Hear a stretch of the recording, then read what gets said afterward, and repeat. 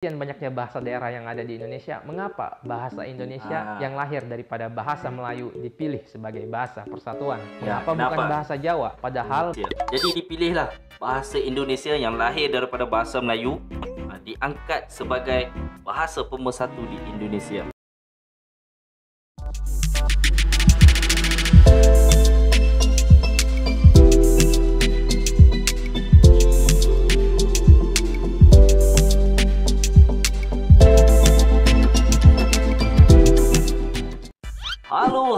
Halo guys, assalamualaikum warahmatullahi wabarakatuh. Salam sejahtera, welcome back to my YouTube channel HM Studio.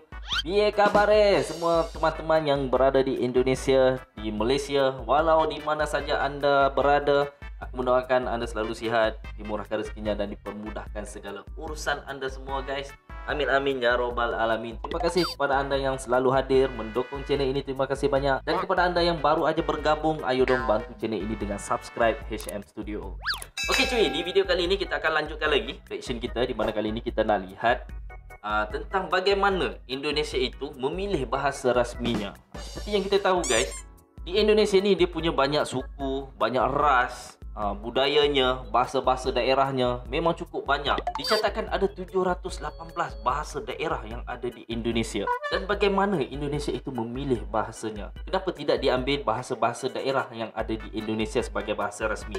Contohnya seperti bahasa Jawa. Kerana penutur bahasa Jawa di Indonesia ini paling ramai guys. Apa nanti kita akan tahu apa sebab-sebabnya bahasa Indonesia itu diangkat sebagai bahasa rasmi Indonesia. Dan video yang kita akan reactionkan sebentar lagi daripada channel ML Studio. Jangan lupa untuk anda berikan subscribe, tanda sokongan dan dukungan anda kepada channel ML Studio. Dan katanya di sini, bagaimana Indonesia itu memilih bahasa rasminya. Itu judulnya. Baik, tanpa berlama-lama, mari kita lihat apakah ceritanya, apakah perkongsiannya kali ini. Yuk sama-sama kita nonton dalam video kali ini guys.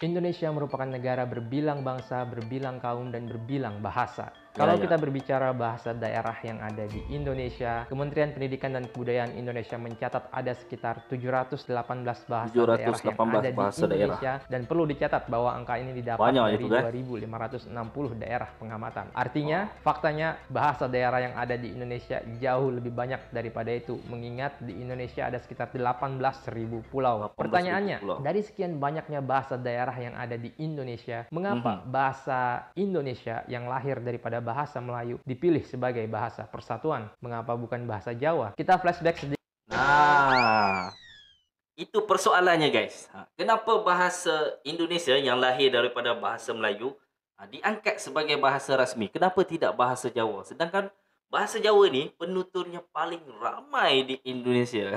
Kenapa ya guys? Kita lanjut untuk tahu jawapannya.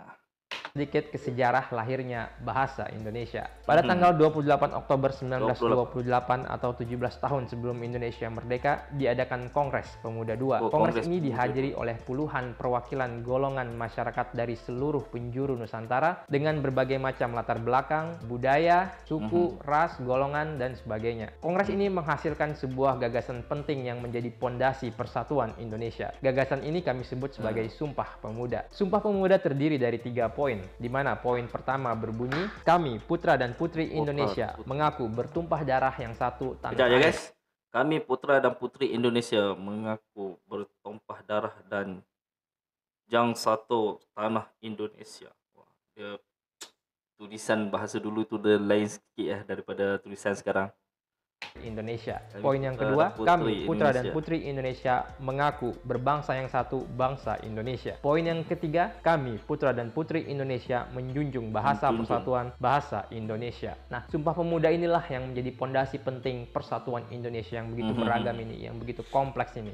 Nah, di poin yang ketiga disebutkan bahwa bahasa persatuan adalah bahasa Indonesia. Kembali ke pertanyaan di awal. Dari sekian banyaknya bahasa daerah yang ada di Indonesia, mengapa bahasa Indonesia yang lahir daripada bahasa Melayu dipilih sebagai bahasa persatuan? Mengapa bukan bahasa Jawa? Padahal bahasa Jawa pada saat itu dituturkan hampir sebagian besar penduduk Indonesia. Disinilah betapa visionernya para konseptor Sumpah Pemuda pada waktu itu ketika merumuskan pondasi penting persatuan Indonesia. Mereka bisa melihat masa depan Indonesia, bahwa untuk bisa menyatukan negara Indonesia yang begitu kompleks ini, yang begitu beragam ini dari segi suku, budaya, ras, golongan, bahasa dan sebagainya, itu tidak sesederhana memilih satu suku mayoritas sebagai identitas negara termasuk bahasa, karena ini tidak sejalan dengan semangat persatuan. Untuk itu bahasa Jawa tidak dipilih sebagai bahasa persatuan, dan yang dipilih adalah bahasa Indonesia yang merupakan bahasa yang lahir daripada bahasa Melayu. Dan seperti yang kita ketahui, pada waktu itu selama ratusan terakhir bahasa Melayu sudah menjadi lingua franca, nggak cuma di Nusantara tapi di seluruh Asia Tenggara, di mana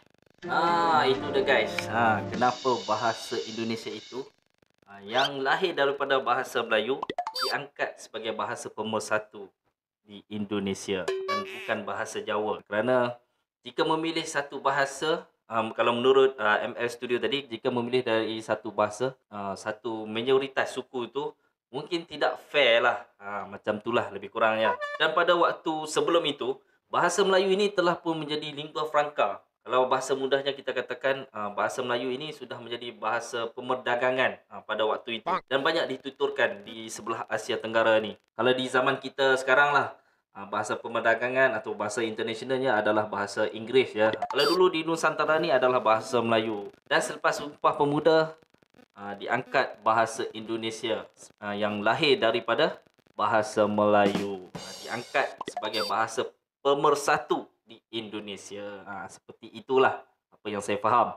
Karena bahasa Melayu digunakan sebagai bahasa perdagangan. Dan 17 tahun kemudian, sejak Kongres Pemuda II atau pada tahun 1945 ketika Indonesia merdeka, bahasa Indonesia semakin lagi dikukuhkan sebagai bahasa persatuan. Di mana dalam Undang-Undang Dasar 1945 disebutkan bahwa bahasa negara adalah bahasa Indonesia. Dan terbukti, bahasa Indonesia merupakan bahasa yang sangat sukses untuk bisa menyatukan masyarakat Indonesia yang begitu beragam ini, yang begitu kompleks ini. Dan saya sebagai warga Indonesia yang hidup di zaman sekarang merasa sangat bersyukur bahwa our founding fathers memilih bahasa Indonesia sebagai bahasa persatuan. Karena sekarang it doesn't matter whether you are from Java, whether you are from Kalimantan, whether you're from Sumatra, Papua, Sulawesi. When we meet in person, we can push aside for a while our ethnicity backgrounds, because we are Indonesians, we speak the same national language which is bahasa Indonesia, and we have a strong identity as Indonesian. Bhinneka Tunggal Ika, unity and diversity.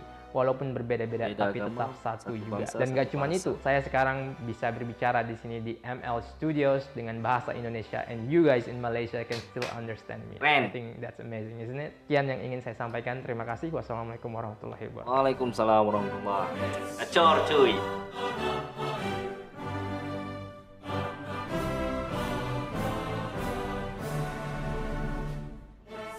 ML Studio, jangan lupa ya subscribe. Oke cuy, demikian video daripada channel ML Studio, dan kita telah mendengar tadi bagaimana bahasa Indonesia itu dipilih sebagai bahasa rasmi Indonesia. Walaupun penerangannya singkat, tetapi cukup tuntas.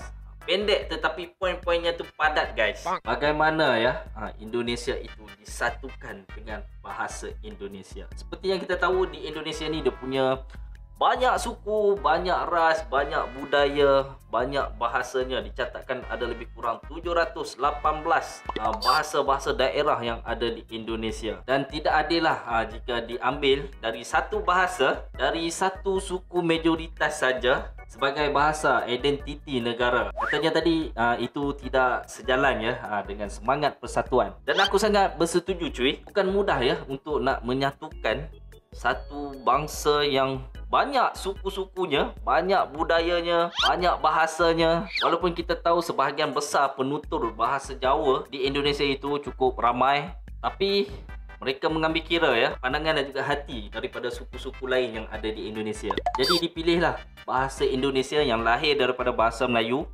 diangkat sebagai bahasa pemersatu di Indonesia. Ada sebabnya guys, bukan suka-suka saja. Macam yang admin beritahu tadi, pada waktu sebelum itu bahasa Melayu sudah pun menjadi bahasa lingua franca yang menjadi penutur besar di Asia Tenggara ini, yang menjadi bahasa penghubung, bahasa perdagangan. Kalau di zaman kita sekarang ni, bahasa perdagangan ataupun bahasa internasional adalah bahasa Inggeris yang selalu digunakan oleh serata dunia guys, sebagai bahasa perdagangan. Jadi cuy, menurut aku, apa yang dilakukan oleh pejuang-pejuang Indonesia dulu pada 28 Oktober 1928 sehingga terjadinya Kongres Pemuda II dan lahirnya Sumpah Pemuda dan pemilihan bahasa Indonesia itu menurut aku cukup tepat cuy. Kerana ternyata bahasa Indonesia itu telah berjaya menyatukan orang-orang Indonesia yang begitu beragam dan kompleks guys. Bukan mudah ya. Dan terbukti hari ini cuy, bahasa Indonesia itu menjadi bahasa pemersatu yang berjaya lah menyatukan semua suku-suku yang ada di Indonesia. Bahkan bahasa Indonesia itu bukan saja ditutur di Indonesia, malah digunakan bahasa Indonesia itu di negara-negara lain. Ada negara-negara seperti, kalau tak salah aku, di Vietnam. Kalau tak silap aku lah, di Vietnam bahasa Indonesia itu dijadikan bahasa kedua, bahasa rasmi negara tersebut. Itu luar biasa guys. Dan kita lihat bagaimana sekarang bahasa Indonesia itu berkembang dan penuturnya sekarang pun mula ramai di dunia ni. Jadi menurut aku pemilihan bahasa Indonesia itu sebagai bahasa pemersatu Indonesia cukup tepat sekali guys. Jadi guys, bagaimana menurut anda pula? Jika anda punya pandangan dan juga informasi-informasi menarik tentang bagaimana bahasa Indonesia itu dipilih sebagai bahasa rasmi Indonesia, anda boleh kongsikan dengan kami di ruangan komentar di bawah. Baik cuy, aku rasa setakat itu saja daripada aku kali ini. Jika ada salah dan silap sepanjang aku reaction dan juga memberi komentar aku mohon maaf. Jika anda suka dengan reaction ni, jangan lupa untuk anda subscribe, like, komen dan share. Moga bertemu lagi di lain waktu. Apa-apa pun kita ibarat seikat seperti sirih, serumpun seperti serai. Senyum selalu. Bye. Assalamualaikum. Jumpa lagi.